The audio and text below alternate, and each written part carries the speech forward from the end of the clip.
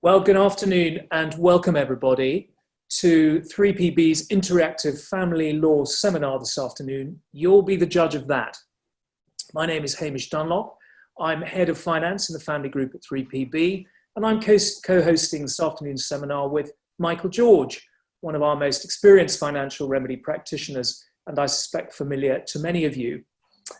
Well, this is 3PB's pioneering interactive format in which we hope that you're going to enjoy testing your ability to identify a right outcome in financial remedy cases, and also learn about some recent judgments and developments in this area of law. We have, as you should know, two fictitious cases, Jones and Jones, in which the husband, Mr. Jones, a former airline pilot, is departing his second marriage and seemingly moving on to a third, and Ramsbury, in which a wife, a successful celebrity chef with a business that's now facing the challenges posed by COVID-19. Thanks to Gordon Ramsay and Mary Berry for acting as commercial consultants in Ramsbury. You should have received a summary of those cases by email link, that link to the 3PB website. That should have come through to you yesterday. So what are we going to do? Well, taking each case in turn, we're hoping to begin by reading through the facts. As we do so, can I suggest that you have the text to hand so that you can follow it as we go through? If your copy slipped down the back of the virtual sofa, or you've stumbled into this Zoom meeting by mistake and it looks interesting, then you can still actually get a copy of the facts on the chat button. I can see it's just come up now. Thank you very much, Lisa. Chat function where there's a link to the supporting documents. Once you've got acquainted with the facts, we've then got for you a series of multiple choice questions, which we're going to take one by one. Each one of those questions gives you options as to what you would do with the assets, the liabilities, the income, and so forth in given circumstances. And each of those questions will appear as an interactive poll on your screen. And we're going to give you 30 seconds to answer each one of those. The aggregate voting, that's the voting of course of us all, will then appear on screen, and we can see how everybody has voted. Now I should say, we recognise that the two cases we've sent you are not straightforward. They involve pensions and businesses in trouble, which of course are very contemporary topics currently. But please don't be concerned. Your voting simply appears as part of the metadata. So no one's going to be singled out or identified. And as I frequently tell my 16-year-old daughter, it's all multiple choice anyway, so it's a lot easier. You can then test your judgment against 3PB's panel of 5 financial remedy counsel who are here to give their views on each of those questions and hopefully bring you up to date with any of the relevant cases and developments on point. So we hope the format's clear. For you, the delegates, this FDR experience should be a sort of unusual online mix of the click and buy process involved in an online shop and appearing as a virtual contestant in the Dragon's Den, which brings me neatly to the panel. All of them financial remedy specialists. I'm going to introduce them in turn, starting of course with Vanessa Meacham QC, appointed a recorder in 2009, took Silk in 2018. And she is well known, I suspect you all, as head of the 3PB family group. Vanessa's been shortlisted for Barrister of the Year in the 2020 Birmingham Law Awards, but equally importantly, she posed as Dua Lipa in 3PB's recent online cover of Times Like These. Good afternoon to you, Vanessa. Good afternoon, everybody. Thank you for that wonderful introduction, Hamish. Next on the panel, Liz Mcgrath QC, also fated for her lip sync to Rita Ora's contribution on the same cover song. Liz has practiced exclusively in family law. She sits as a recorder, was appointed Silk in 2014. She's described by Chambers and Partners as a brilliant tactician and outstanding negotiator. So no doubt the FDR environment that we're involved in this afternoon plays to all her strengths. Good afternoon to you, Liz. Good afternoon, everyone, and thanks for joining us. Tonya Clark is our most experienced judicial panellist today, having sat as a Deputy District Judge for 19 years. She's recently been appointed to the newly created Financial Remedies Court on the Western Circuit. Hello, Tonya. Hello, Hamish. Thank you very much indeed. Good afternoon, everybody. Rachel Goodall was appointed a Deputy District Judge in 2018. She represented the applicant wife in the recently reported pensions case of W&H, which is one of the authorities that we'll be looking at today, I suspect. So we're particularly lucky to have her. Hello, Rachel. Hello, Hamish. It's a pleasure to be here, and good afternoon, everyone. And finally, Simon Lillington. Simon's background is as an academic and in commercial law, but he saw the light some years ago and he now specialises in financial remedy proceedings. He's a chartered arbitrator and a qualified mediator, so we hope he'll add a different judicial perspective to this afternoon. Welcome, Simon. Thank you, Hamish, and welcome to all the delegates. And finally, Michael George, my co-host this afternoon. Michael has 25 years of experience in financial remedy cases. In the May edition of the 3PB Brunch webinar, he gave us an invaluable review into the impact of recent economic disruption on financial remedy claims.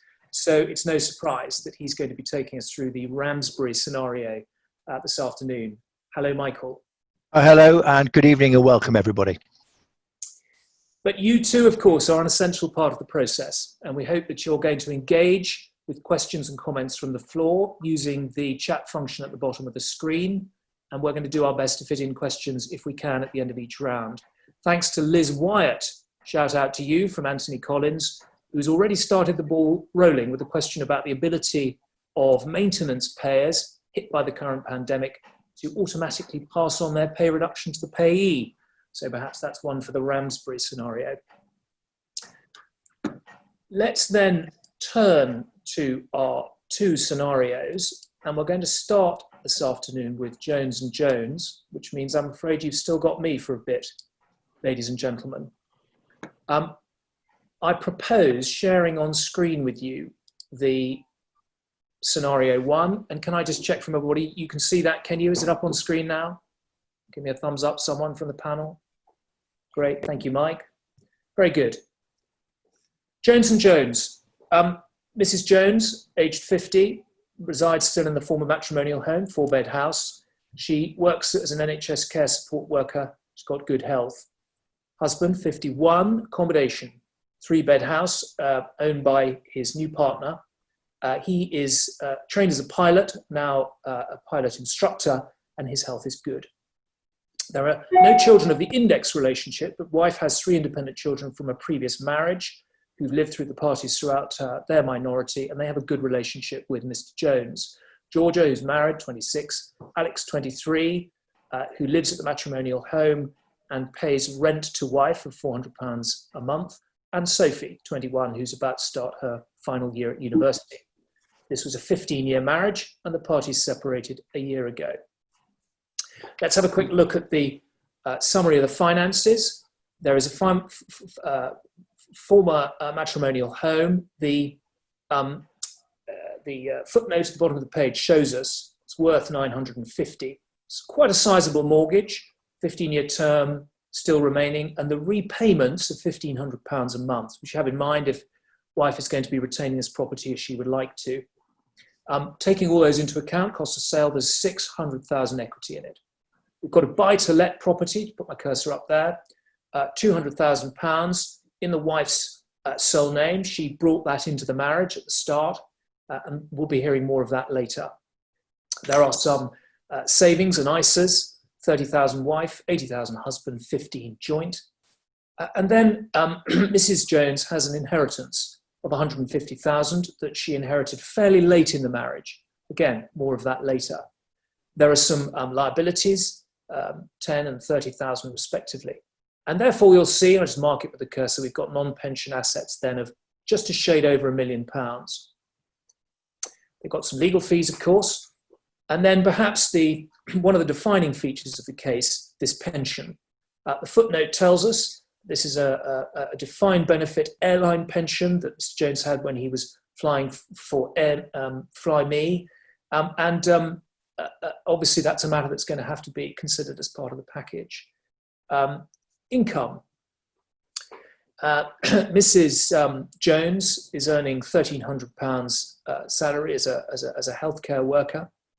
£600 she receives from her buy-to-let and she gets £400. Of course, wrongly ascribed there. It's Alex she gets the £400 from, not Sophie.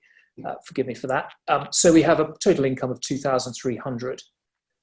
She has an income need without the mortgage of £4,000. Husband has £8,000 net salary from his work as a flying instructor, and again, net of any incident of mortgage, and net of any maintenance he's paying to Mrs. Jones, his outgoings are £3,500 a month. Housing needs, husband says, well, we've got similar housing needs between 425 and 475. Wife says, for me, I want to remain in the matrimonial home, or if I can't do that, my housing needs are 5 to 550. And I say for Mr. Jones, it's a 2-bed flat or a house coming in at 275 to 325. And then finally, it's to mortgage raising capacity. Husband has £350,000 capacity with that monthly repayment of 2,600. And then we just slip over the page there to wife with £40,000 mortgage capacity, 15-year term, monthly repayments 286. Before we turn to the questions, let's just fill in a little bit of information about them. As we've indicated, Mr. Jones is traditionally a pilot. 25 years, he was employed by a commercial airline, totally unconnected with any airline that's unfortunately recently demised, Fly Me.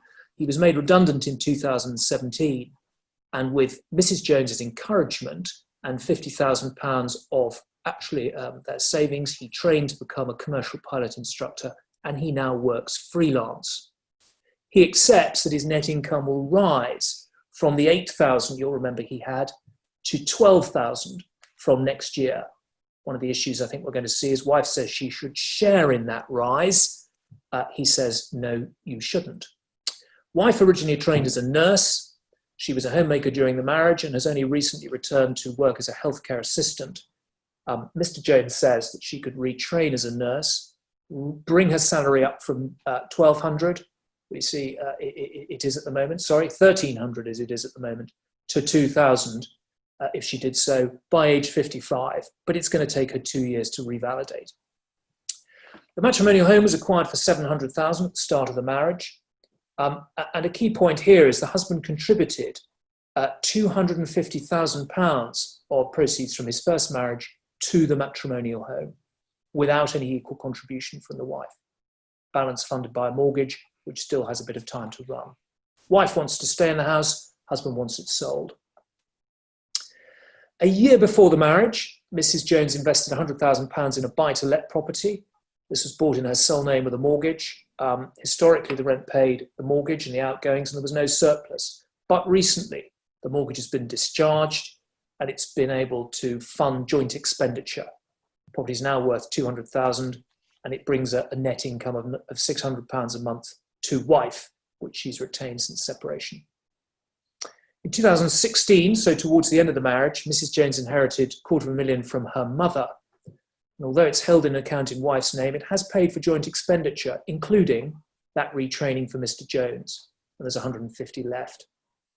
Wife contends that both her inheritance and the buy-to-let are non-matrimonial assets, and husband says they're not. And then finally to the pension. Mr. Jones has a defined benefit pension with his former employment Fly Me. Both parties retire on state pension age at 67. Husband wants to ring fence a significant proportion of that because he says, I contributed to it prior to the marriage. In fact, 12 of the 20 years of his contributions were made during the marriage, the balance of 8 prior to the marriage. Wife says the whole fund should be shared. And we've then got a pension illustration table provided by the pensions expert. This, I appreciate, looks rather daunting, but in fact, it's fairly simple. The top of the page, we have equalisation on current estimated value basis. And basically, if you're equalising all the pension, you're giving to wife about 48.8%. If conversely, you're only equalising the CVs on the marital acquired pension, it's about 32%. The rest of the table is dedicated to equalising incomes on retirement And again, if you're equalising based on the whole pension, you can see that actually the splits are very similar to that which they are for the capital. So you may choose to do it on a different principle, but basically if you're ring fencing if you're choosing to use the whole pension in the pot, it's 48% or 47%. And if it's only marital acquired, it's more like 32% for both equalising the capital and further down the page, equalising that income stream. Right, we're in the final furlong. Of course, you've got to make your own minds up as to what the outcome is. But as it happens, Mrs. Jones says, I would like to keep the house and I'll pay Mr. Jones 120,000 as a lump sum to offset doing so. I want to retain my buy-to-let and my inheritance. I'll allow some joint savings to be transferred to Mr. Jones, but otherwise we'll retain our individual savings and so forth. She says, I would normally be entitled to a 47% share of the pension. Basically, she's putting the whole pension in the pot and wanting to share it. But she says, I accept husband's got short change on the house, so I'll shave 15% off my pension share, just give me 32%. So she's doing an element of offsetting, and that's something you're going to be thinking about a little later. She seeks PPs of £4,000 a month for 10 years, and then reducing at 60 to £1,500. And the overall outcome then is that she gets 80-20 on the non-pension capital, but 35-65 on the pension capital. Husband is rather more equal on the non-pension. He says, I want to sell the house. Please give me 60% of the net proceeds to reflect my contribution that I made at the start. And then I'll allow wife to keep the buy-to-let and the inheritance, but I want £100,000.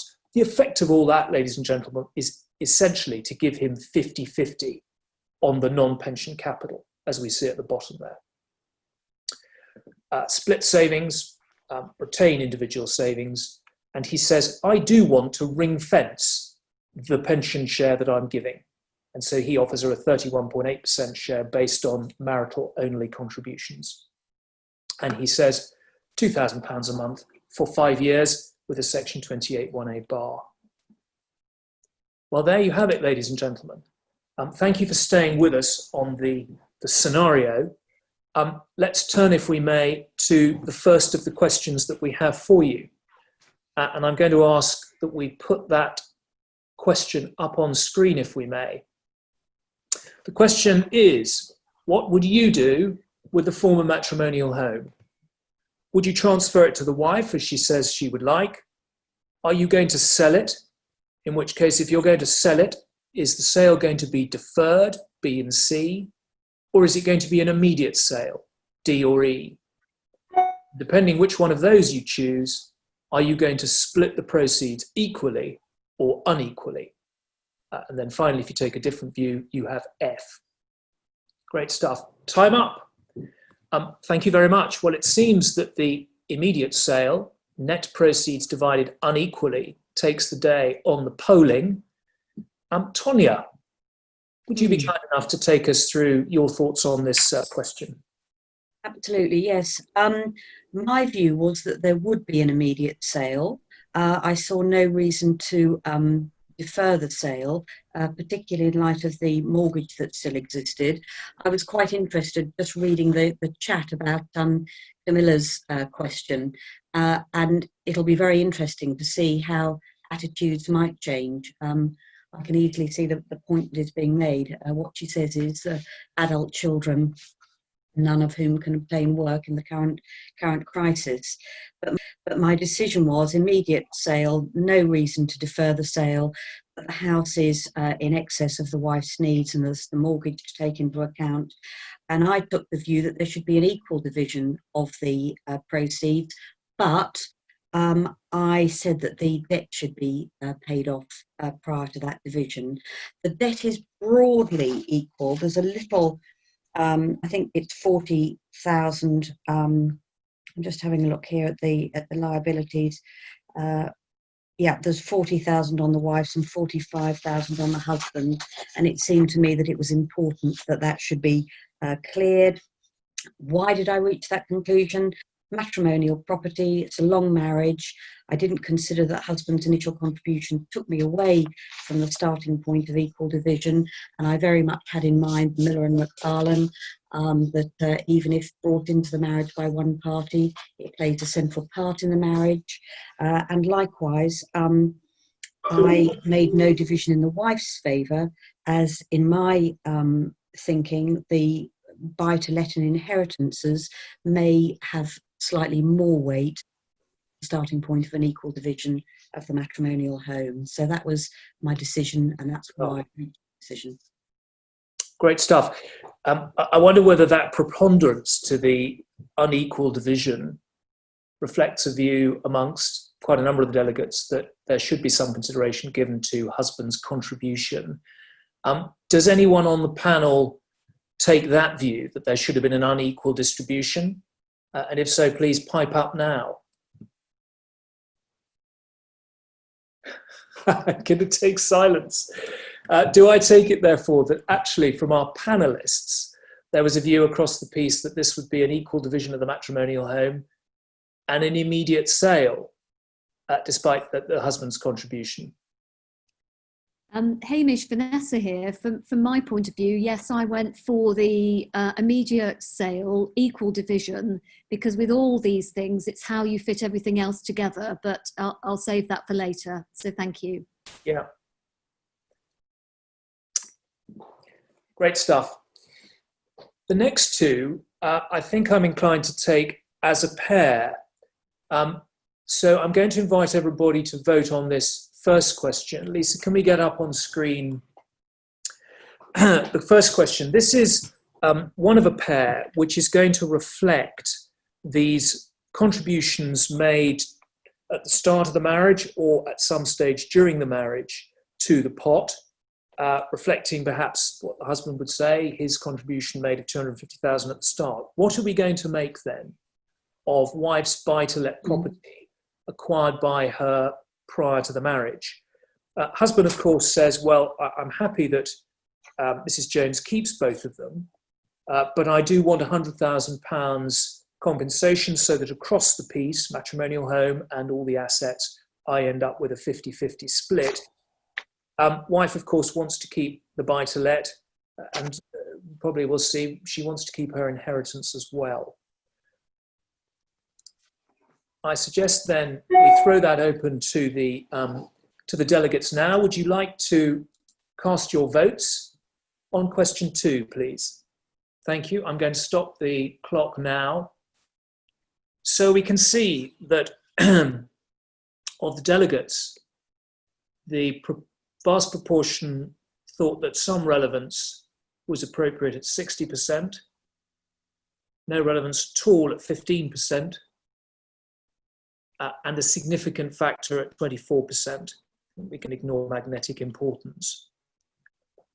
Before I put that to the panel, I'm tempted to take this back to back with a similar question, which pertains to Mrs. Jones's inheritance, which was received at the end of the marriage. So I'm wondering whether you'd be kind enough, Lisa, can you put up on screen that template as well? Thank you very much. This is a like question, which pertains to significance of Mrs. Jones's inheritance. I'm going to start the clock now. Do you take the significance of that inheritance is magnetic, significant, but there's some relevance or no relevance at all? And that, of course, will inform us as to the extent to which there's that property goes into the pot or not. I'm going to start the time now. Stop the clock there. So, an interesting split almost down the middle.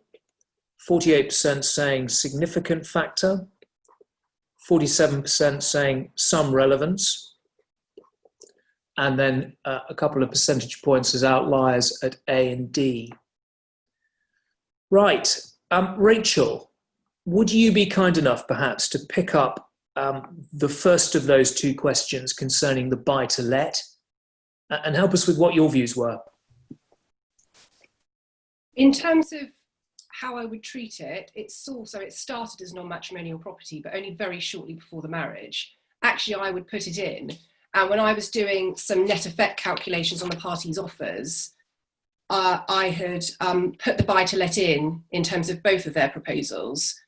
And I'm afraid the net effect of the husband's proposal, given, and I won't tread on anyone else's toes by saying the inheritance I would ring fence, but given the net effect of the buy-to-let going in, there isn't actually enough in terms of the net effect on her being able to rehouse if I just looked at that. So it's important to refer to the inheritance. The reason why I would put the buy-to-let in completely is that it's a long marriage. It was only a year before that the wife invested the £100,000, and for the last 3 years, the parties have been living off the rental income, so it's been mingled. That accords with His Honour Judge Wildblood QC's decision, which was unsuccessfully appealed in the case of Hart, that I'm sure many of you are aware of. Yeah. Effectively, this isn't a needs case that has to have recourse to the inheritance, but in terms of the buy-to-let, I would probably adopt a fairly formulaic approach, as Judge Wildblood did, and looking at the case in the round and the recent authorities, she effectively needs the income from the buy-to-let anyway, so I would enable her to keep it. But it's been mingled, and it's only right that it should be accounted for properly with the other assets, in my view. Yeah, a number of reasons why you said should go in the pot.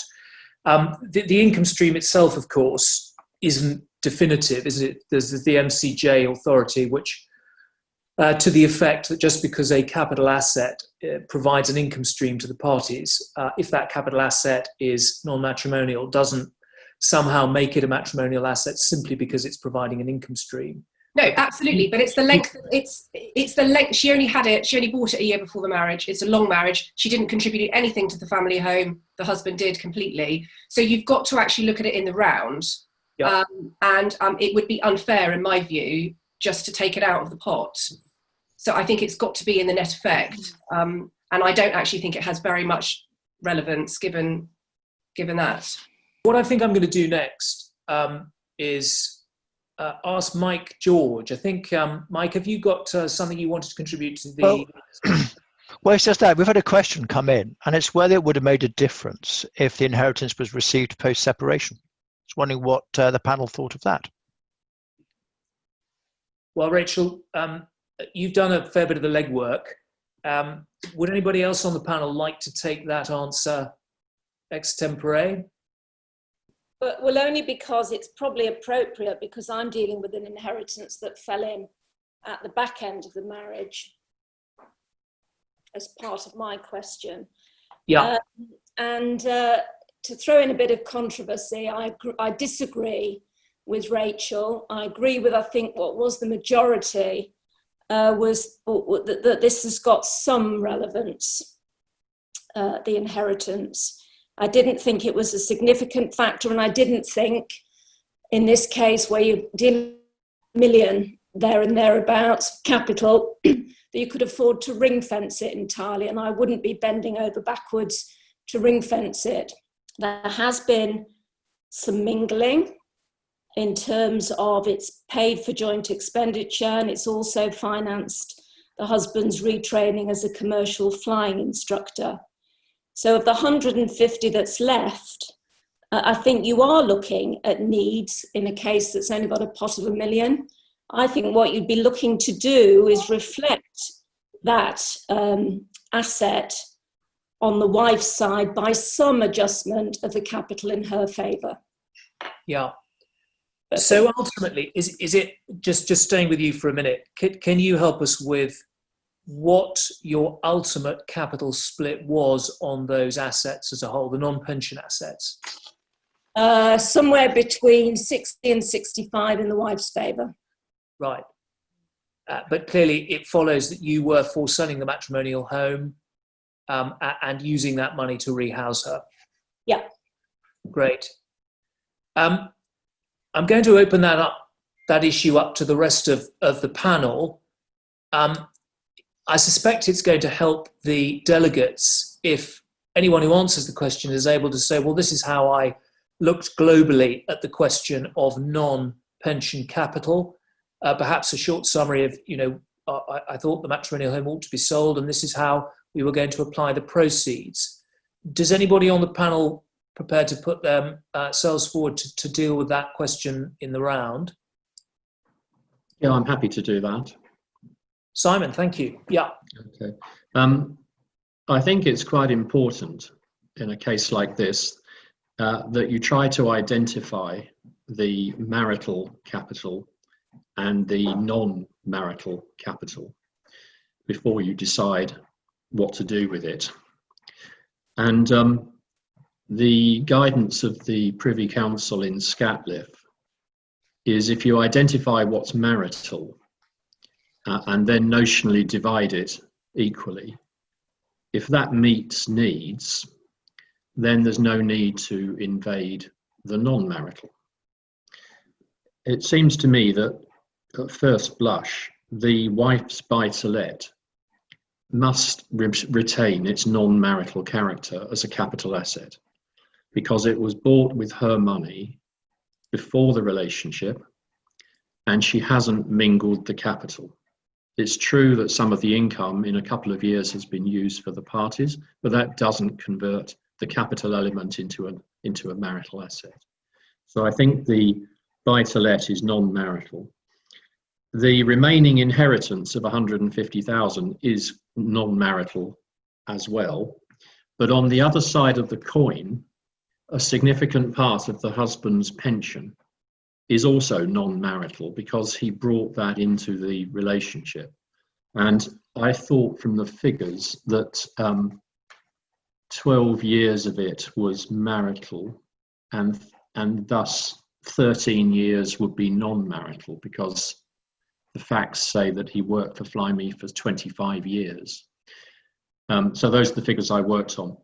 So that would be about 500,000 of its value non-marital and 450,000 marital. And if you look at it like that, with the treating the family home as marital, because it's obviously a marital asset, notwithstanding that the husband contributed to it, and you add in the savings and the ISAs, which I'm assuming are marital, that gives you a pot of about 725,000. Half each is 362,500, which should meet their housing needs. If they want a more expensive property, they've both got a modest mortgage capacity. So I think the wife keeps the buy-to-let. I think she keeps the 150,000. I think the husband keeps the non-pension, non-marital element of his pension, because that meets needs all round.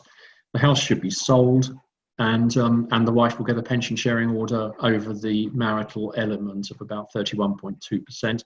But the other side of the coin is that inevitably there will be periodical payments.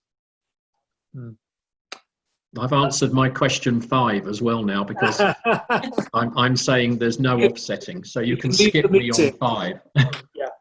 Yeah. Did you, because I may have missed it, did you tell us what ultimately that leaves us as a split on non-pension capital? Well, the wife on the non-pension capital, she'd have her buy-to-let, yeah, which is worth 200,000. She'd have her inheritance 150, so 350. Right. The husband would simply have the half of the marital assets, which is 362. So he would have less cash, less liquid, but he would retain the non-marital element of his pension. That's really helpful. Thank you. Let's move on to pensions then. Thank you so much for everyone's contributions to date. Lisa, can we put up the next slide, which concerns the husband's occupational pension with Fly.me? You will see that this, first of all, there are a number of questions here, so you'll need to scroll up and down. You'll see it's essentially 7 questions, 7 options. Question is designed to address whether you're putting in a whole pension fund for division. That's options 1A, B, or C. And if you are going to put the whole pension fund in, are you going to equalize division on capital values? Are you going to share it providing equal income if drawn at 60, or equal income if drawn at some other age? So there are those three options available to you. In addition, within this question, there are 4 further options available to you. On the basis that you are only sharing the funds that have accumulated during the marriage, with those funds, are you going to provide for equal division of CE value, or are you going to, mirror question, provide equal income if drawn at 60, or equal income if drawn at some other age? Right. Can we please put the polling up on screen? So let's put it this way. In relation to the wife's entitlement to the whole of the pension fund, of those who've opted for that, clearly 50% take the view that it should be split on income, but on the basis that the pension is drawn at some other age than 60.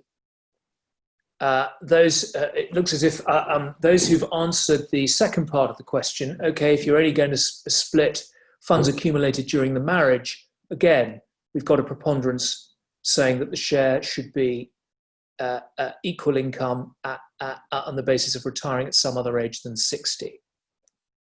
I'm going to ask Vanessa if she'd be kind enough to have a first go at this question. Vanessa, what were your views? Hi, Hamish. Well, I was quite attracted by some element of ring fencing, really, in relation to the husband's premarital contributions to his pension. I suppose in part I was drawn to the fact that these parties are only 50 and 51. As Eleanor King has reminded me, even a woman of 65 can be viewed as middle age. So now that I have passed 50 myself, I was thinking, oh gosh, you know, what, the pension seems a long way off. So I eventually have gone for equal income marital acquired pensions. So that's equal incomes if drawn at 65. So effectively the share for the wife would be 31.2%, right, which would give her income of about 18,000. Now, of course, what this question is designed to get you to think about is obviously the Pension Advisory Group's Guide to the Treatment of Pensions, and obviously being very aware about need, because obviously there are arguments in relation to ring fencing in certain cases, but you know, with the certain judge, it may well be that this is a needs case. And of course, as we saw in Rachel's case of W&H, that was essentially what Hess's approach was, that it was very much need, and the ages of the parties in that case were very similar to these. So I rather suspect I might be in the minority. So I welcome any other comments from the panel, but that was my response. Yeah, in a minute I am going to throw it open to Rachel, because this is to some degree her case. Well, it's not to some degree, it is her case on the panel. It seemed to me that it poses the dilemma between what is often a working practice in the courts, reflected by your opinion, Vanessa, which is that very often courts do, don't they? They ring fence the premarital contributions, whereas the Pension Advisory Group Guide really is nudging, is persuading people towards a more needs-based approach, which I think the group, the guide is intending to say means you put the whole lot in. Because pensions on the whole do need to be shared.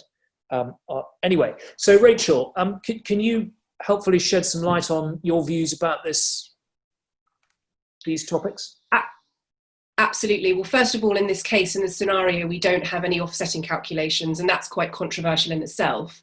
But there's nothing even as a sort of guide as to, well, because what other panelists have said is, if the wife gets more capital, then the husband should keep more pension. So that's the first issue.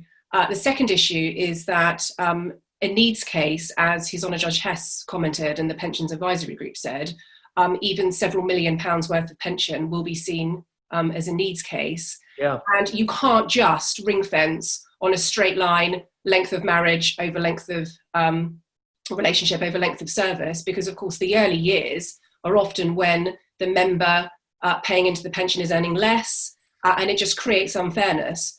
In my experience, what is happening is that pensions are treated very separately. It's almost always equality of income at a set age, increasingly becoming state retirement rather than a particular date.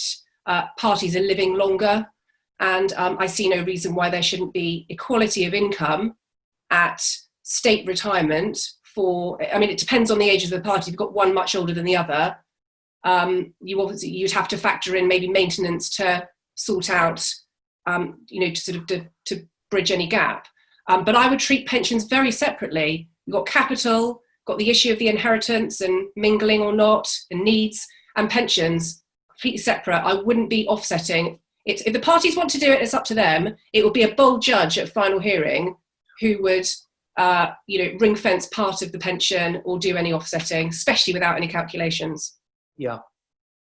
That's really helpful insight. Thank you. Let's just see whether anybody else on the panel wants to contribute to this important question about pensions. We do have a subsidiary question, which I suspect is going to be fairly swift because we've swept up to some degree the question of offsetting, but here it is. It's question 5 on your screen now.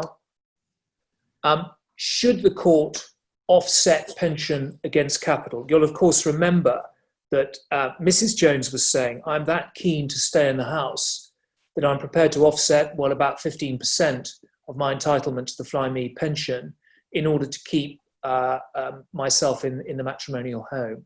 So the question we're asking you to think about now is, should the court offset that pension against capital? No. B, yes. And applying a pound for pound offset against the non-pension. C, yes, applying a discount of no more than 20% when awarding that non-pension capital instead of the pension. And D, applying a discount of more than 20% to the offset. Okay, that's our time up. Let's see how that voting fell out. 66% say no offset. And there is a relatively significant cohort at C. Yes, they would offset, applying a discount of no more than 20% when awarding non-pension capital instead of the pension.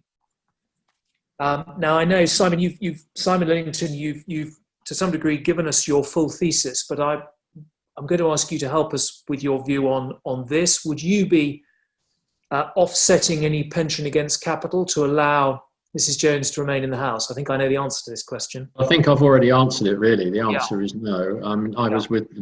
I agree with the majority of the delegates. I wouldn't offset.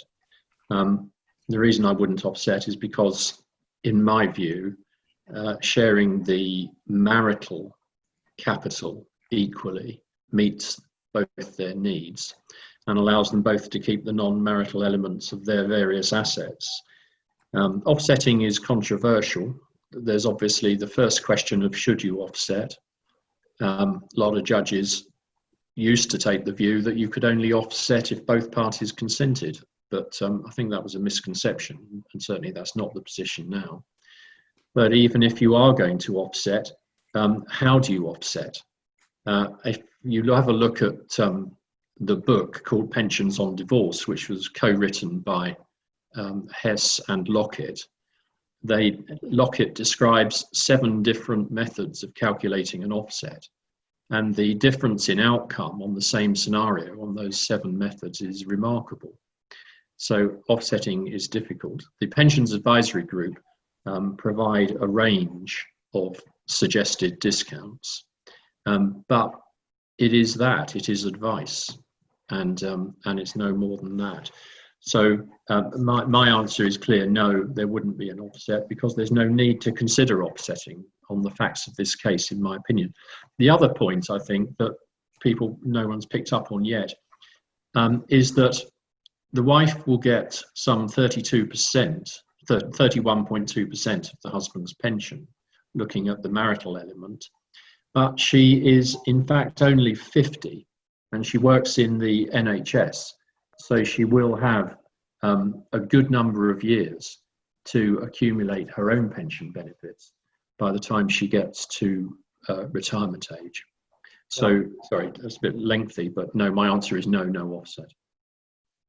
The Pension Advisory Group sends us a salutary warning and tells us that the vast preponderance of negligence claims made against legal teams in pension cases relate to ill-considered offsetting agreements.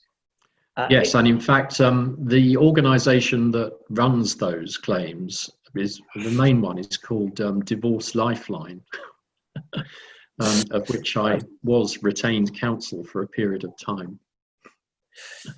I suspect I'm familiar with that. Very good. Well, thanks for that. Hamish, could I just make a point about the pensions? Please do. The reason that I decided upon equality of income at age 65, and I very much agree with what Rachel said, is that I was looking at the ability of both the parties to achieve independence. And if one looks at the figures on the table, what the wife would achieve by way of her own income from a pension share, and the advantage of that to her is obvious, that she is basically, she's the author of her own future, if you like, and it also releases the husband from future claims in relation to maintenance. So it works towards the sort of clean break idea of each party being freed from the obligation and the ties to the other person. Yeah. Thank you, Tonya. Great stuff. Thank you, everyone. Right, so we're on to question 6. Could we put that up on screen, please? Thank you very much, Lisa. This is a fairly discrete point. You'll remember that at the time of the hearing, we've got Mr. Jones on £8,000 salary, but it's common ground that his income will rise to about £12,000 from the following year. Wife was saying that she should benefit from that imminent increase in his turnover. He's self-employed. Would you allow the wife to benefit from that imminent increase? You have 4 options, which I hope are self-evident on the screen, and I'm going to start the clock now. Thank you very much. Let's see how that voting has come out. Well, the significant majority says no. Wife's needs can be met within the maintenance that would be available from £8,000 per calendar month. Tonya, you're remaining on screen. Can I ask you to deal with this since you're showing to us all? Absolutely. I think that my view was that it was quite clear. Cases of Waggett and O'Dwyer. Waggett and Waggett was very clear that Moylan LJ is an earning capacity capable of being a matrimonial asset to which the sharing principle applies, and in the product of which, as a result, an applicant spouse has an entitlement to a share. In my view, there are a number of reasons why the clear answer is that it is not. This answer was clear and unequivocal, and that was considered and, of course, followed by Mr. Justice Francis in the recent case of O'Dwyer, in which he said any remaining doubts as to whether an income stream is an asset which can be shared, save for the purposes of paying for needs or compensation, was clearly dispelled by the judgment of the Court of Appeal in Waggett. So I took the view that providing the wife's needs were met, then future income stream and significant increases in that were not a sharing asset. Yeah. Does anybody want to argue against that on the panel? I thought there'd be a silence. I think, Tonya, I mean, the truth is that this is relatively settled law now, isn't it? That there is no sharing of ongoing income. And that's why you came to the conclusion you did. And thank you for getting me to answer that question, Hamish. Okay, well, I'm pleased to say we're on to the final furlong in relation to Jones and Jones. I've got a pair of questions for you now, which we're going to have back to back. They, of course, deal with the remaining topic, that of maintenance. You will remember that wife sought a step-down order. She said, please give me £4,000 for 10 years to age 60, and then £1,500 for life, whereas husband seeks a 5-year term to allow her to cover her presumably revalidation training up to nurse, and then the termination with a Section 28(1)A bar. We'll deal with the bar in a minute, but would you be kind enough now to vote on the question of the duration? Let's just have a look at the voting pattern, and we'll deal in a second with the bar before I turn to the panel. But we seem to have a strong preponderance for that 5-year term with no step, 42%. And some are a little bit more generous. 34% say term order over 5 years with a step. Before I turn to the panel, let's just deal with that tail end question about the Section 28(1)A bar, so we can look at the case in the round, or the issue in the round. Can we put the template up for voting on the Section 28(1)A bar, Lisa, please? It's a nice simple one, ladies and gentlemen. Section 28(1)A bar. Are you going to apply one or not? I'm not going to give you 30 seconds for that one. I think we can do that one in 15 seconds. So let's start the clock now, 15 seconds. Oh, right. It's done it already. So we've got 75% with a bar, 25% no bar. Looking at those two issues in the round, why don't I start with you, Rachel? Could you give us your thoughts on how you approach the question of maintenance in the case? Well, I would do a step down. They're becoming increasingly more common. Right and Right, of course, was the authority from about 5 years ago. And in that case, the wife was 51, so quite similar to Mrs. Jones is 50. Husband was 59.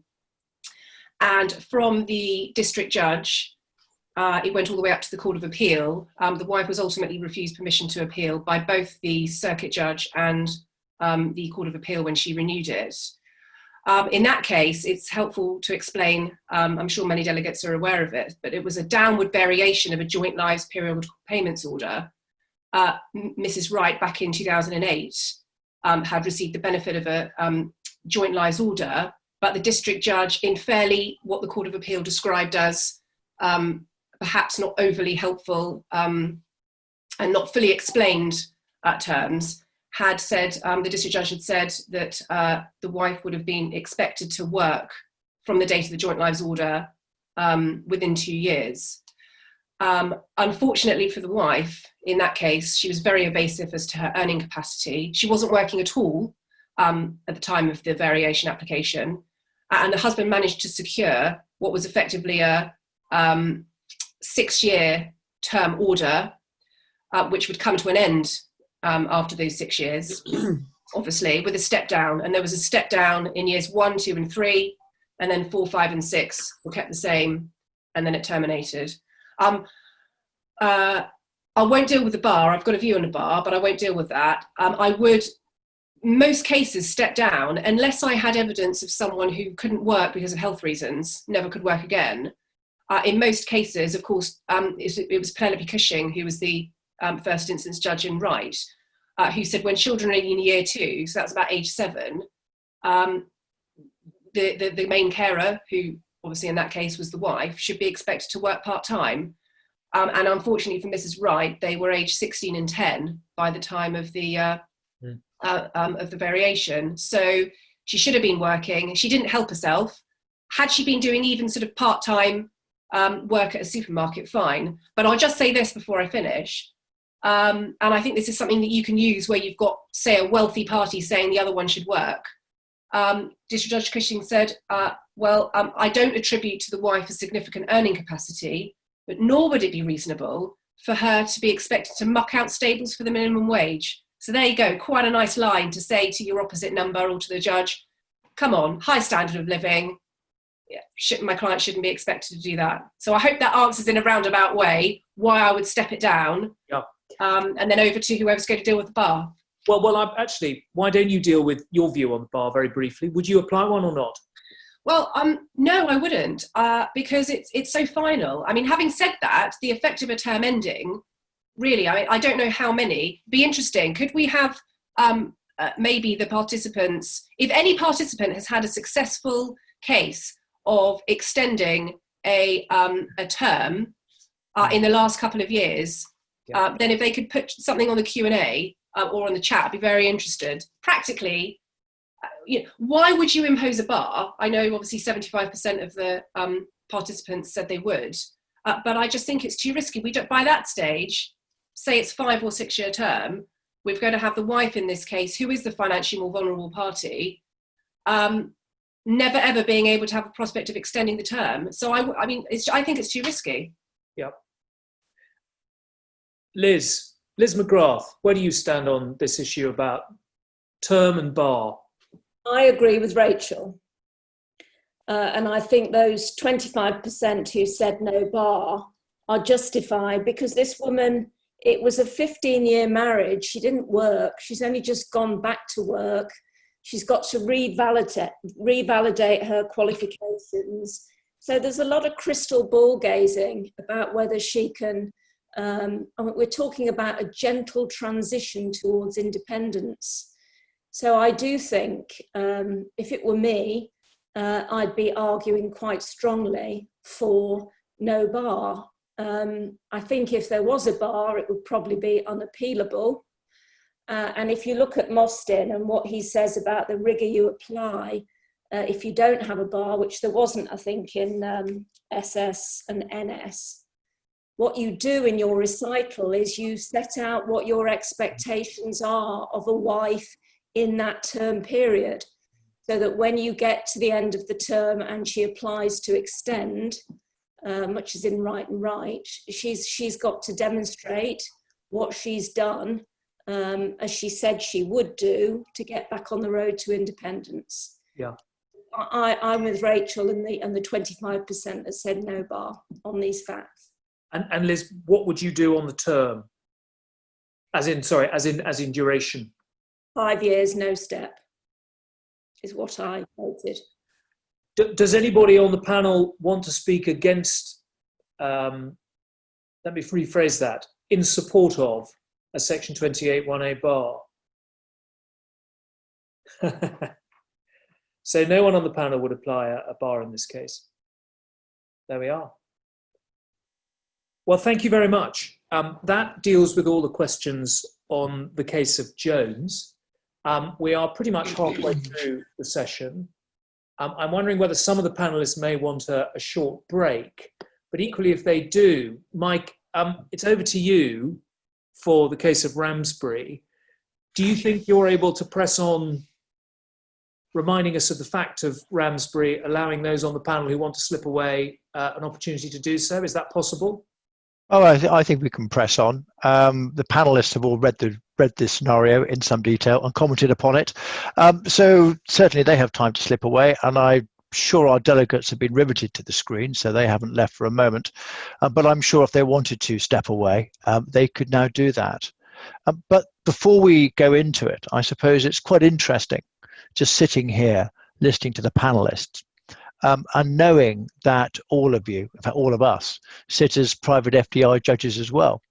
And it's very interesting to pick out the nuances between different views and seeing where they jump left or right on certain points. But anyway, here we are. Let's move on. Let's deal with the Ramsbury and Ramsbury.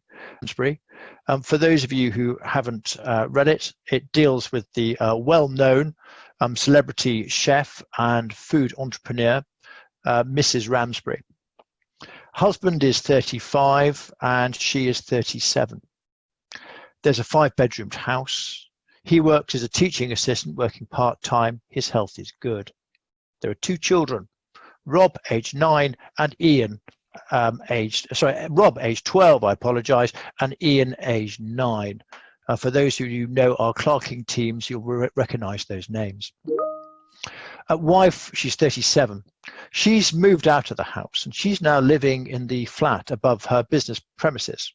She's an entrepreneur. We're going to come to that in a minute. Her health is good. These are the assets.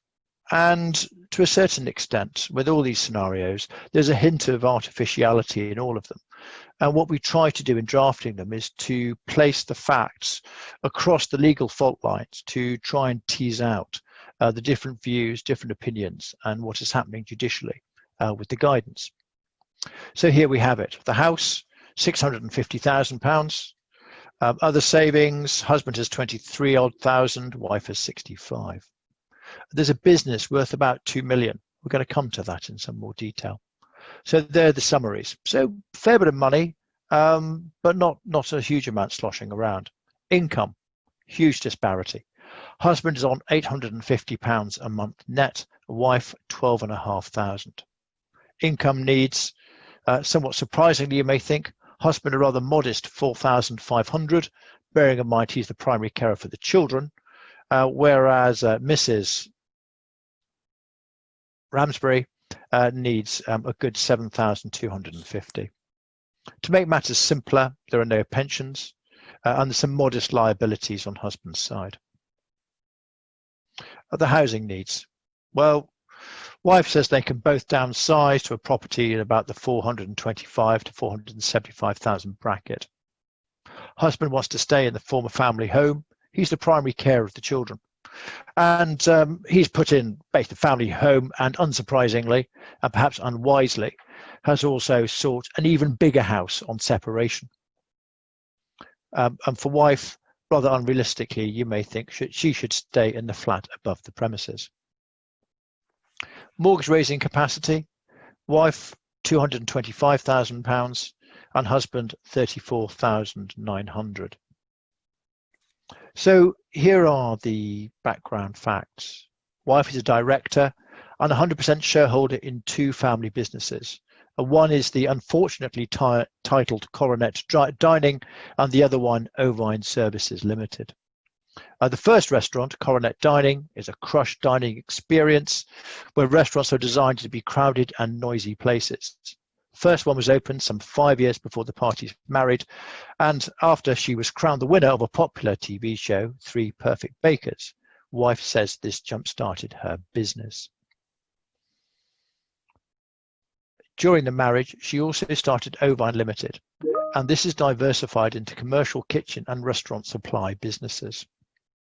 Now, unsurprisingly, you may think the pandemic hasn't done Coronet Dining much good. It was valued at about £3 million, but in all practical purposes, it's not trading at present. And even Rishi Sunak's half-price meal deal is unlikely to save it, it seems. She maintains that the cheek by jowl dining experience, which was the unique selling point of this chain, has died.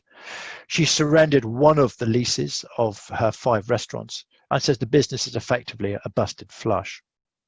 Husband argues that with redesign and rebranding, wife could return Coronet Dining to past or even greater glories. But there's no doubt, at the moment, this is a business in severe difficulty. However, during the pandemic, Ovine Services diversified. It's now looking at restaurant apps, consulting, doing social distancing procedures, fitting barriers and the like, and supplying social distancing equipment, not just to hospitality, but also to the manufacturing sectors, as well as, and it's also moved into facilities management. Ovine owns its own premises, which includes a 3-bedroom flat. We've heard about that. And pre-lockdown, Ovine was worth about 500,000. But the business is now worth about 2 million and has liquidity, rather conveniently you may think, of £750,000. So what you have here is a business, part of it's gone down in the pandemic, post-separation, and part of it has gone up. The SJE says, forgive me, that whilst recent growth is rapid, the order book of the company is larger than the company can cope with. Clients are flocking in to Ovine, perhaps unsurprisingly given its title, and it now has significant long-term contracts. There's a tripling of the business over a 5-year period could be achievable. But the report comes with a caveat, as most reports do these days, that market volatility increases the margin of error in the report. Wife is unsurprisingly less bullish as to the prospects in relation to this business. And in relation to Coronet, the single joint expert, forgive me, simply can't make a prediction. Now, historically, wife's income from both companies was about £100,000 a year net.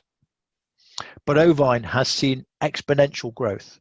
And last year her income was 150,000 and next year is predicted to be 350,000.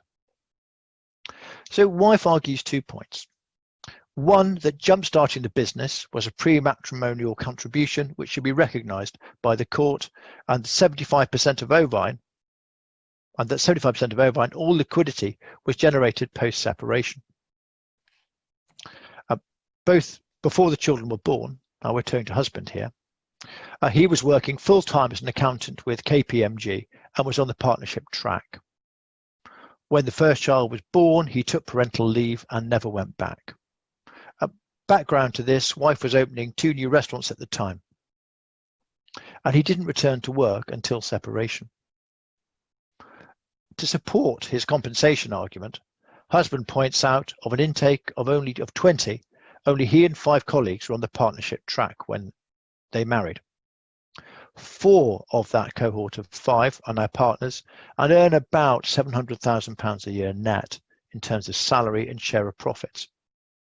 Wife points out that husband suffered and suffers anxiety, for which he received treatment, and argues that husband never would have secured the same trajectory as the other 4 who made it to partnership. Husband relies on a glowing written assessment from his supervising partner, which was written before he took parental leave. And this says that he was destined to partnership. Whereas wife produces 2 statements from husband's former cohort of 5 who said they carried him, covered his anxiety issues, and that he would never have made this next cut as he simply wasn't as talented as they were. So fine colleagues there, you may think. Husband's accountancy qualifications have expired, and he currently works as a teaching assistant. He does 3 days a week, earns about £850 a month. There's a full-time post available, but he wishes to remain as a teaching assistant and doesn't seek the burden of becoming a teacher. But he does accept that he could enter into the Learn to Teach program, where he could learn his PGCE on the job in school. He'd start on about £22,000 a year, and after 3 years, being a fully qualified teacher, could earn £25,000 a year.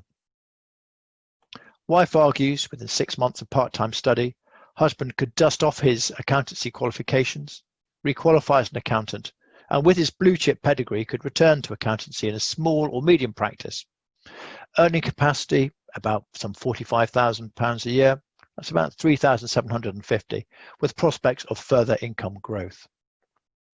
Husband finds the prospect of returning as an entry-level accountant humiliating, and he looks to focus his career around the children's needs. Just to remind you, one is just pre-secondary school and one is now in secondary school. Husband's mortgage capacity, 34,900. Wife says if he earns more, he could have a bigger mortgage capacity. Wife says her mortgage capacity is erratic and it's some £225,000. You may think actually this isn't really a mortgage capacity case. So the income claim. Well, wife says that the former family home and a lump sum of 675 would give husband a pot of 1.3 million. If husband downsizes, he'll have surplus cash over and above his housing need, which would be mortgage free, of about £850,000. He could invest it, and a net return at 3% would give him some £25,000 in income. And if husband wishes, of course, he could draw on the capital as a safety net. Wife also points out that most of the value in the marriage has arisen due to her post-separation efforts and entrepreneurial acumen. Husband says, firstly, he should not be expected to look to his capital share to meet income needs, and the claim goes nowhere to meeting a compensation claim for his loss of accountancy career and a claim that wife could afford. And more fundamentally, husband says he simply cannot articulate his capital claim until the value of the business has stabilized. So here are the parties' respective positions. Interestingly, perhaps, and unusually, they both agree that the former family home should go entirely to husband. But here's the difference. Husband wants to adjourn the capital claims for 5 years with permission to restore before then. Wife would seek a lump sum of £675,000 to husband. Remember, she's got liquidity in the company of some £750,000. We're going to ignore tax to keep this scenario clean. Husband seeks spouse protocol payments of £16,600 per calendar month. It's about £200,000 a year for 5 years, pending restoration of the capital claim. Wife would seek a clean break here and now.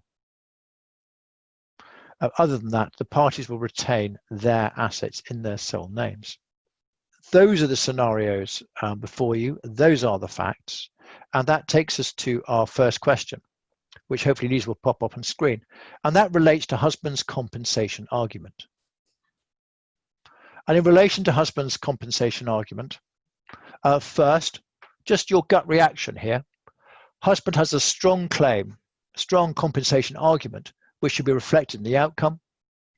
Husband has a compensation argument which makes fair provision at the more generous end of the scale.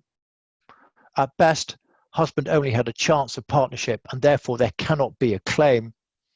And D, you only get compensation if you are called McFarlane. D is actually a quote from someone who now sits in the High Court, and we can reveal that later. And that's interesting. It's nice to know the 8% that did D. You've probably guessed that was, well, he was then Mr. Mostyn QC, now Mostyn J. And this was a quote he gave to a talk to the Chancery Bar Association back in about 2008 before he was made up. But clearly, interestingly, at best, husband only had a chance of partnership and there cannot be a claim. Thank you. Well, first of all, Michael, it's a really interesting scenario, and I think we've got Rachel to thank for actually making us change the genders, because the way it reads now, with the high-flying entrepreneurial wife, a lot of us can obviously relate to. So I'm very grateful to be talking to this. I was with the majority insofar as C. In other words, you read the case papers and you thought, there isn't a compensation claim here at all. However, those of you that were A, 7%, were actually, according to Mr. Justice Moore, absolutely spot on. And this is obviously inviting you to consider the case of RC and JC, 2020 EWHC 466. And with the greatest respect of Moore, J, when you read it, I was just left scratching my head as to why he ever thought there was a hope of a compensation claim. A couple of things that he says in relation to it. He obviously says that no one was essentially lying. People's recollections were hazy, but he was looking for contemporaneous evidence. So in other words, he was actually looking at what people were saying all those years ago. So for example, in terms of appraisals and things of that nature. And he ends with his conclusion, I found there to have been relationship generation disadvantage sufficient to justify an award of compensation. I continue to be of the view that such cases will be very much the exception rather than the rule. Well, I have to say, if it was a compensation claim in that case, we rather suspect that there will be other compensation cases coming up. So I'm afraid I rather suspect that if the husband had come to me, I'd have probably said, no, you haven't got one. Let's just concentrate on the actual proper analysis of this case. And actually I'd have been it wrong. So that's my answer to it. Thank you very much for that. Simon, your view. Any comments on that? Simon, you're on mute.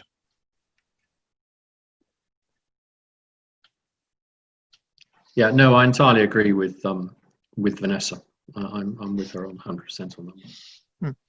Do any of the panelists have any other feedback on that? Is anyone in the Moore camp on this, or do we all disagree with him?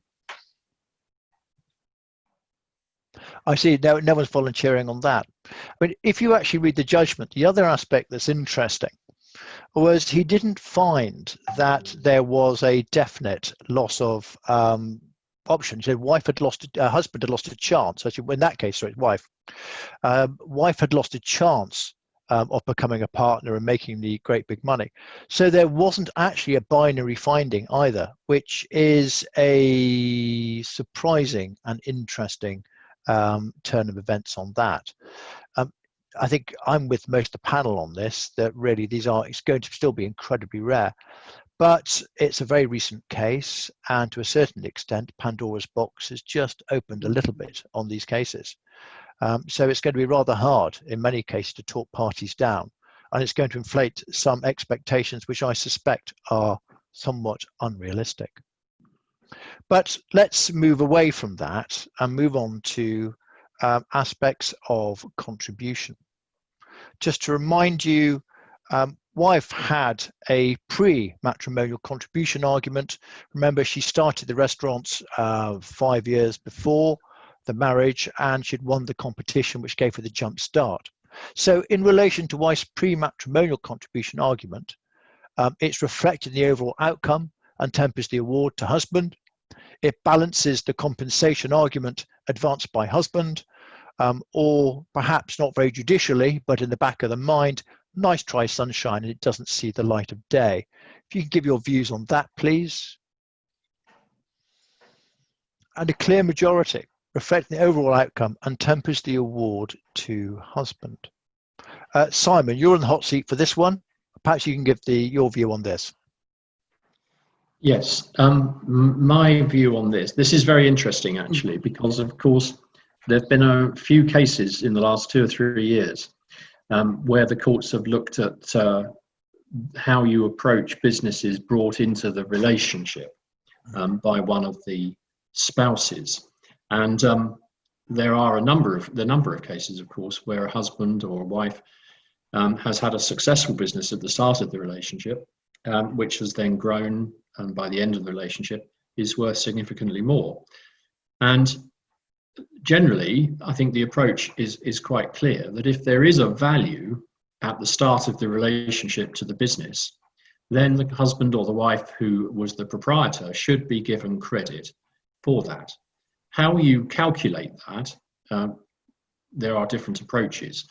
Mostyn, for example, in one case took a linear approach and looked at the overall length of the business and then worked out what it was worth per year, and then looked at the point of the relationship starting and simply attributed a notional linear value to it at that point and gave the husband credit for that. Alternatively, you can actually have a valuation of a retrospective valuation of what the business was worth at the start of the relationship, and then give the husband credit for that. There may be additional credit given for the springboard effect, the latent growth which arises out of the springboard. Now, in this particular case, of course, we have the very interesting scenario that Coronet undoubtedly had a value at the start of the relationship, but now doesn't apparently have a value. And we're faced with the findings of the SJE, who only attributes a value to ovine. And ovine, of course, was started during the relationship, and so it is a marital asset, because we know from the House of Lords in Miller and in White that businesses started during a relationship, even if it's by one spouse only, are treated as marital assets. So interesting. Ovine is definitely marital. It's now worth 2 million. Coronet had a non-marital element, had a value at the beginning, but it's now worth nothing. So it's very hard actually to see how this would work. But the added difficulty is that we're in the pandemic. We don't know how the future will affect either company. So the £2 million that's placed as a value on Ovine and the 0 that's placed on Coronet in a relatively short period of time may both prove to be wholly inaccurate. And when I come to deal with a later question, the way I would have dealt with this would be to give the husband indefinite periodical payments, which would be subject to future capitalisation, because that avoids all of the problems of the current uncertainty of and there's not enough money here for a clean break either. I'll deal with that in due course when I look at question 7 as well. So my view is C. I'm afraid I don't agree with the majority of the delegates. Nice try, sunshine, but it doesn't see the light of day. That's my kind of my gut to this. Basically, because ovine is marital, coronet is worth nothing. One thing that was pretty interesting point about whether it's a linear measure or other measures, assuming it had some value at separation. Part of the wording was chosen carefully, where wife was arguing that her win on the panel show allowed her to jumpstart the business. So that is a blatant attempt, whether it wins or not, but a blatant attempt to try and get away from the linear progression, but say really that the main value was all built up pre-marriage, although perhaps there was a sort of more gentle growth during the marriage. But let's move on to our second question. I do apologise, our third question, which is wife's post-separation argument. Now remember, ovine was built up during the marriage, as Simon correctly identifies. But post-separation, there was a change in business strategy and it moved into the PPE market. And that is where much of the value has arisen in that business and in this case, all post-separation. So here are your questions. Why's post-separation contribution argument is reflected in the overall outcome and tempers the award to husband.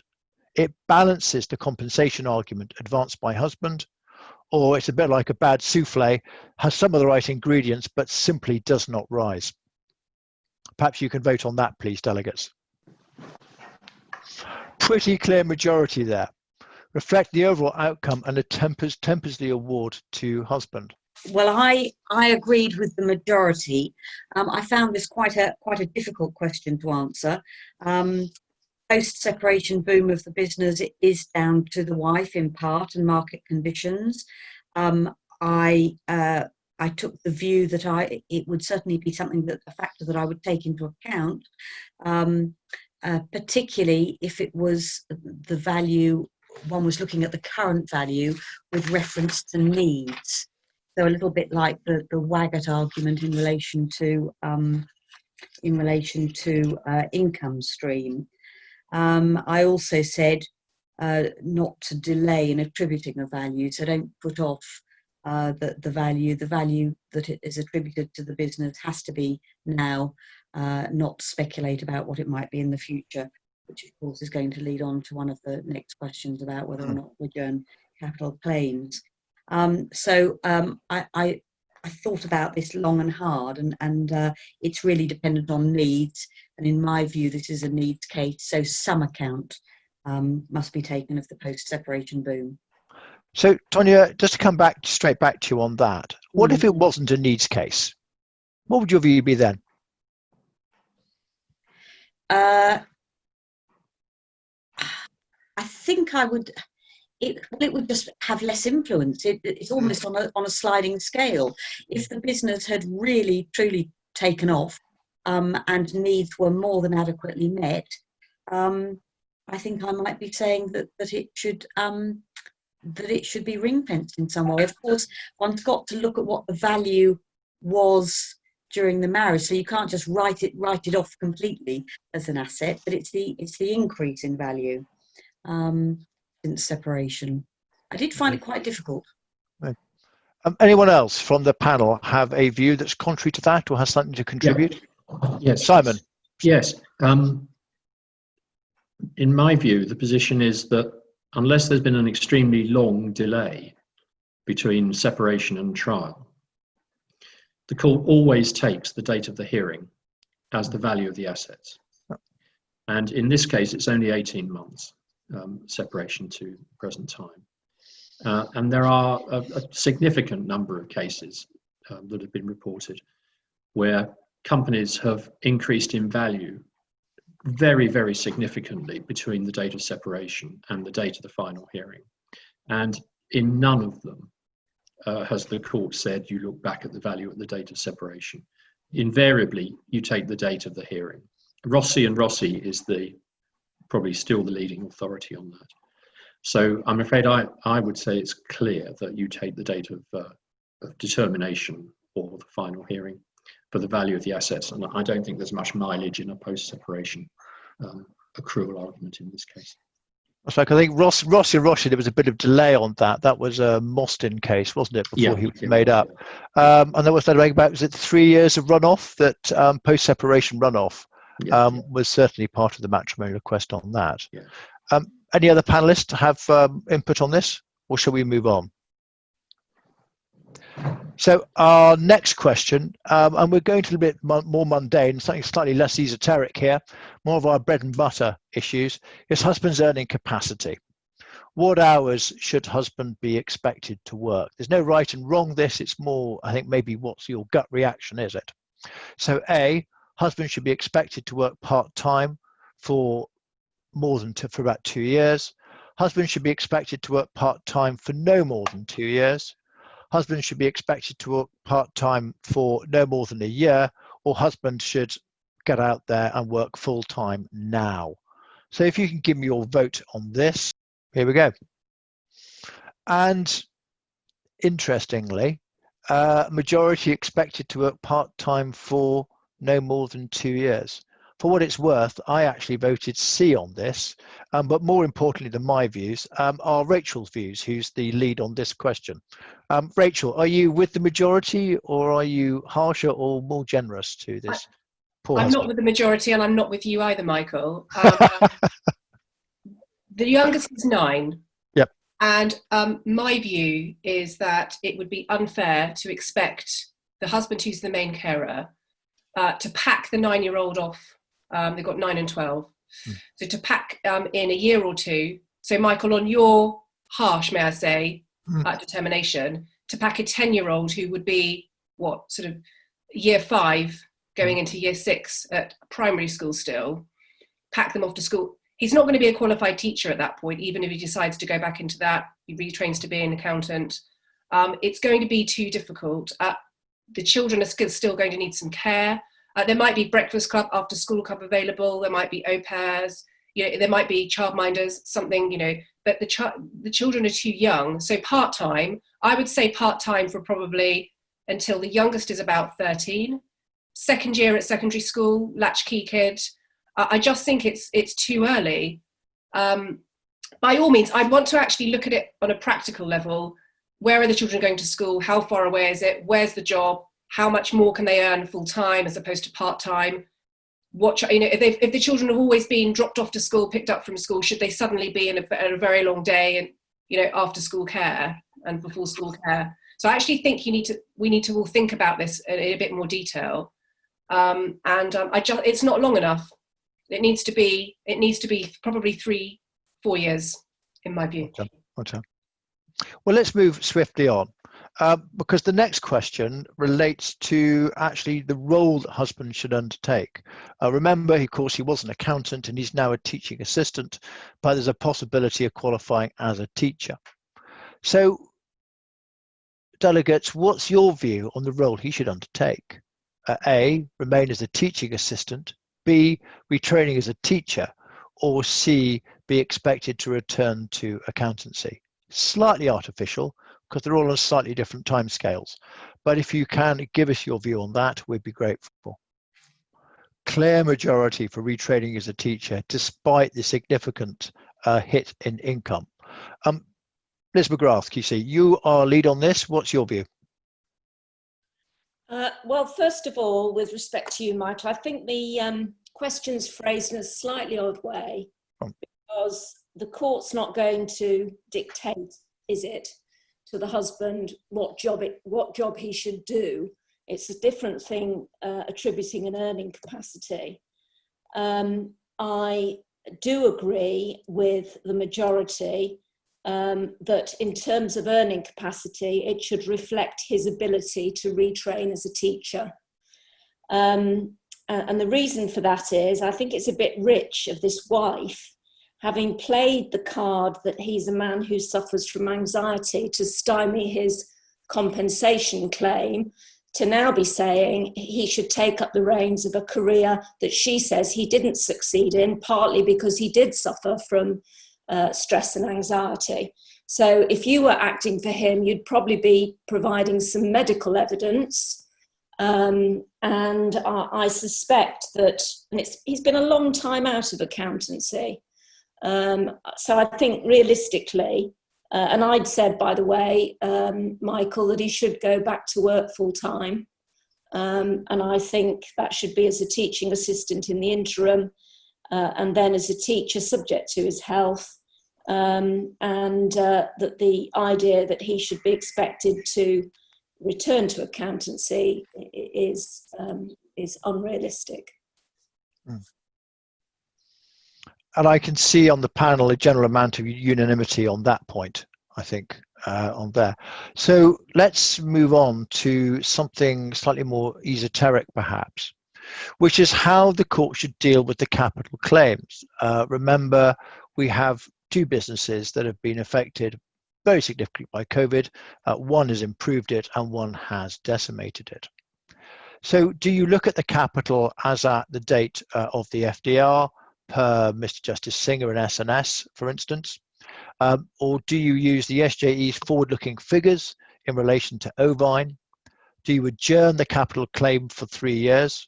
Or would you adjourn the capital claim for 5 years? So those are your options. And a clear majority is in favour of looking at the capital at the date of the FDR. Now, Vanessa Meacham, QC, you are lead on this one. What's your response to the poll result? Well, it's interesting, Michael, isn't it? In many respects, I was sort of torn between one, go back to the FDR, or two, look at what the single joint expert was saying, because my feeling was it was probably between those two as being the right approaches.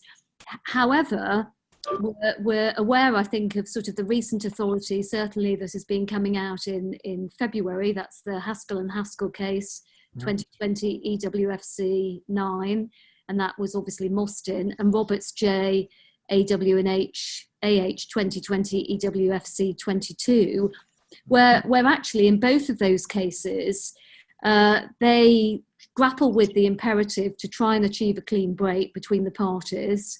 Obviously, the costs for both have been quite huge, but actually they both determined that they couldn't achieve a fair outcome other by adjourning the wife's claims for lump sum and property adjustment. And that's not something that we've really been grappling with for quite a while, it seemed to me, that we just go back to thinking about adjourning some of these capital claims. And I don't know whether others agree, but at the beginning of COVID-19, if somebody had asked me what my view was about would I adjourn a capital claim, I would probably be thinking, well, I can understand why that might be said. But now, because we don't actually know how long it's going to last for, and we've got clients who really want closure, I think I'm probably back in the side of, well, if you can resolve it fairly, given the cost implications for the clients, then it's the right thing to do. But actually, the two reasons say that adjourning capital claims is back on the table. Yeah, does seem to be. And interestingly, in Haskell and Haskell, of course, this, as you know, I think Mostyn actually fixed a lump sum to be paid about 4 or 5 years down the line. So he simply extrapolated husband's wealth in that case and said, well, he can't afford to pay it now, but give him 4 or 5 years, he'll be able to come up with the readies, and so he can deal with it then. So you've got two slightly different approaches. Panel, anyone else want to come in on this? That's convenient. So we'll move on to the income claims. Slightly, as again, less esoteric, so we're swinging down to more the mundane here. And in relation to husband's income claims, would you dismiss them? Would you give nominals? Would you give him sufficient to meet his stated needs? That's 3,650. Or would you go for D, which is the full whack compensation argument that he'd want to run for about 5 years or so? Or would you go somewhere between C and D? So you wouldn't, you'll temper his compensation claim, but you would go up a little bit higher. You'll notice, unlike In other cases, there isn't the option to capitalise in this case because there simply isn't the spare capital. So if you'd like to vote now, you've got about 20 seconds. Pretty unanimous. I mean, this very much ties in with the earlier view that there isn't much of a compensation argument running here. And so it seems that not only the panel, but the delegates are voting fairly firmly against more J in relation to this. Now, in relation to this question, Simon, your lead on this, what's your feedback on it? Well, I think this is quite interesting because I think there's a bit of an issue here on the scenario, because we seem to have a situation where we have a wife who in very short period of time is going to be, will have an income net of £350,000 per annum. And yet we have a husband whose budget is only just over £4,000 per month. And we also have the uncertainty of the value of the business now and in the foreseeable future. And of course, under the Matrimonial Causes Act, Section 25 2A, the court has to have a view to the foreseeable future as well as the present. We very, and of course, within 5 years, the value of ovine could be 10 million, according to the SJE. But particularly, I think where you have a wife with a net income of 350,000, I think all these questions of expecting the husband to retrain as a teacher or a nurse or whatever are all a bit academic and unlikely to be the way forwards. And I think it's dangerous to make a final capital award at this point in favour of the husband, where the situation regarding the company is so uncertain. But what I would do, and there's not enough money for a clean break, it seems to me. If the husband has a proper budget, then there's not going to be enough money for a clean break. And I'd be advising him to redo his 4Me budget if I was actively straight away. So I think the answer would be to divide up the present assets, probably by giving the husband the house. And of course, the wife has liquid capital in the company of 750,000, similar sort of figure. I would give him a joint lives maintenance order in a substantial sum, and then that would allow him to come back and capitalise it at a future date. And of course, by then the company situation would hopefully be clarified and clearer. So he would get his capital share in respect of the business at that point, rather than giving him £1 million as a half share of the business value now, which may be a prejudice to him. So I would be, my answer is, as I said, 3650, but I think that's too low. It's C, but I would say in a proper amount given the wife's income. And I do it for joint lives as well. And interesting for joint lives, because joint lives are relatively rare these days, in my experience. I don't know if anyone else on the panel would like to come in on that. Well, Elizabeth and I were involved in a case not long ago, and we relied on an authority called F&F, which was a 2003 decision, where the business in that case was worth over 20 million, but there wasn't the liquidity to pay out the wife. And the judge said the answer is clear. She doesn't get any capital in respect of her claim against the business now. She gets a substantial periodical payments order for joint lives. She can come back and capitalise it. And she got 75,000, I think, in that case. So I would say this is a similar sort of situation. Rachel. Adding to the joint lives point, usually joint lives isn't ordered because there are pensions, and it's up to state retirement, which tends to be what the order of the day is with most judges. But in this case, there aren't any pension assets, and they're both still fairly young. And giving judgment, I would refer exactly to Simon's point, to the fact that it's just simply too risky. It's too risky for the wife as well, because risk-laden assets with a business, even if there was the capital to try and clean break it, you're giving him all the copper-bottomed assets and you're giving her all the risk. So actually a joint lives order enables him to be provided for potentially in retirement, but if it all goes down the tube, she can apply to vary down. So it deals with everything in a very safe and fair way. So you're using the joint lives to hedge against the problems thrown up by the lack of valuation, which Haskell and AW got stuck into, I suppose. Yeah. And of course, I mean, interestingly, doing the research for this, I looked back at Wells and Wells, which was the original deferring wife's claims. The wife had her claims deferred for about 5 years. Now that case is now about 18 or 20 years old. But if you look at Companies House, and wife was supposed to come back for her claim if husband sold the business in Wells and Wells. However, Mr. Wells has reincorporated the company, changed its name. It's now worth a couple of £1 million.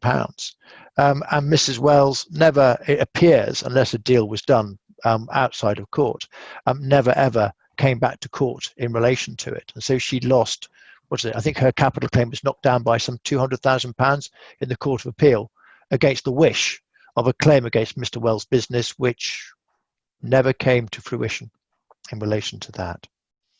But thank you for mentioning the term, which takes us very neatly to our last and final question, which is this. We're assuming you as a judge, you've got both the parties have said, we want a clean break. We want to capitalize.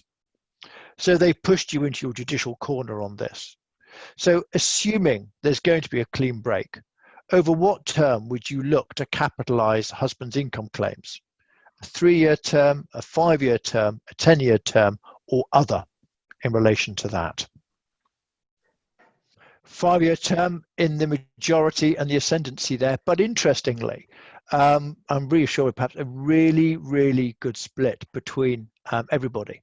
And when you draft these questions, you do try and pitch them, so there's going to be a large divergence of view. So personally, I look on it that I'm finishing on a high in relation to these questions. But Tonya, your lead on this, do you agree? What do I agree with the split? I dithered between 5 and 10 years, and of course my starting point was that it's not possible to have a clean break in this case. But the reason that I looked at between 5 and 10 years is it seemed to me that there was, without doubt, an income claim, and for the reasons that have already been discussed, possible that if not a joint lives order, then a very significant term.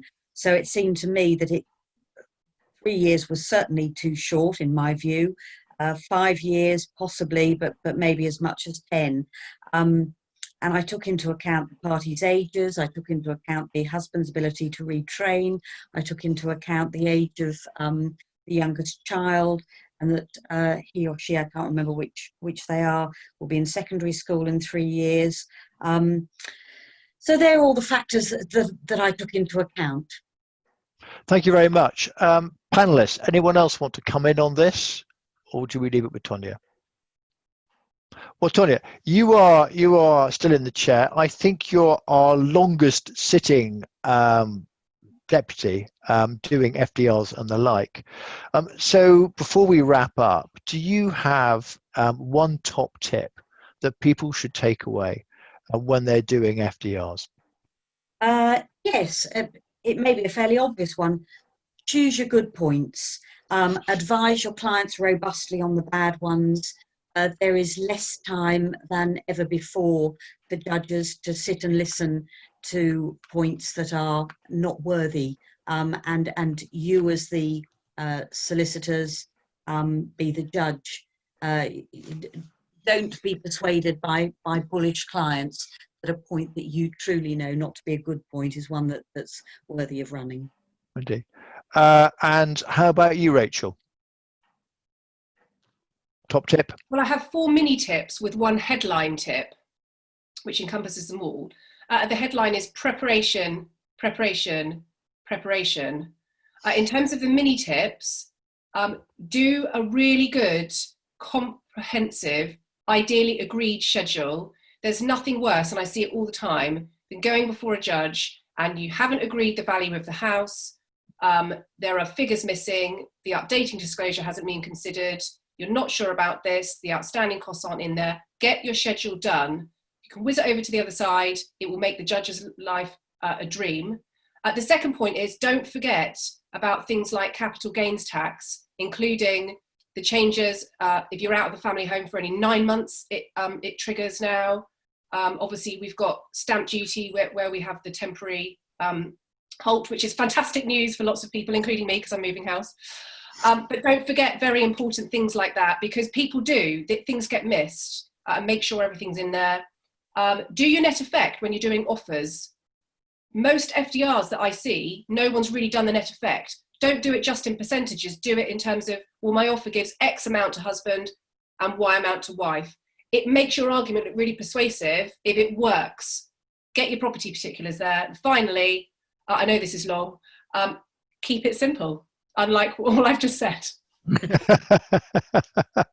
And Liz, will you be able to keep it simple for us with your top tip? I hope so, Michael. It follows on from Rachel's. Your document at FDR, whatever you call it, your submissions, your position, calm down, make it a measured document. Don't be tempted to stick the boot in. I don't think that goes down very well with judges. It inflames everybody in the case. So keep it tempered, keep it measured, and keep it concise. Fantastic. Vanessa, your top tip. Yeah, thanks, Michael. So my top tip is bearing in mind remote working, and what I found most effective is to try and replicate as much as possible the experience that your client would expect to have if we were all together in a physical court building. So if it's not possible for you all to be socially distant in one big room, wherever it may be, solicitors' offices, barristers' chambers, make sure you have your methods of communication, whether it's your WhatsApp group or whether it's your Zoom call, just so from the client's point of view, bearing in mind the importance of being able to talk through what the judge is saying and your response to it, that they still feel that they've got that wraparound service. Excellent. And Simon, apart from the important bit of finishing on time, and we're due to finish at 6:30, your top tip. Well, my colleagues have all made some very good points. I would say, looking at things that I think judges find annoying, is get your bundle to the court on time, and the bundle should comply with PD 27A. They hardly ever do, and make sure your skeleton is proofread and typo free, and always get it to the judge before your opponent.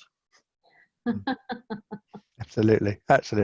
Anyway, thank you very much for that. Now, there have been quite a few questions coming in. Myself and the panelists have been trying to bat them off as quickly as we can. So thank you very much for those. We would like to have dealt with a few more live, but rather than drag you further into your evenings, I think we're going to sign off now. Before we do, can I just say thank you very much indeed to all our panelists who've actually done an awful lot of work in the background, thinking about this, researching it, debating it in advance, and also to Hamish Dunlop, who put this all together originally and drafted it and introduced everybody with such elegance that it was truly impressive. So thank you very much for Hamish, thank you very much for the panel, and most importantly to you delegates, thank you very much for coming along and supporting us with these. We actually quite enjoy it. It's quite a lot of work, but it's all well worth it when we see just how many of you attend. And I think it's about 375, no, nearly 400 have attended. So thank you very much indeed for coming, and good night. Good night.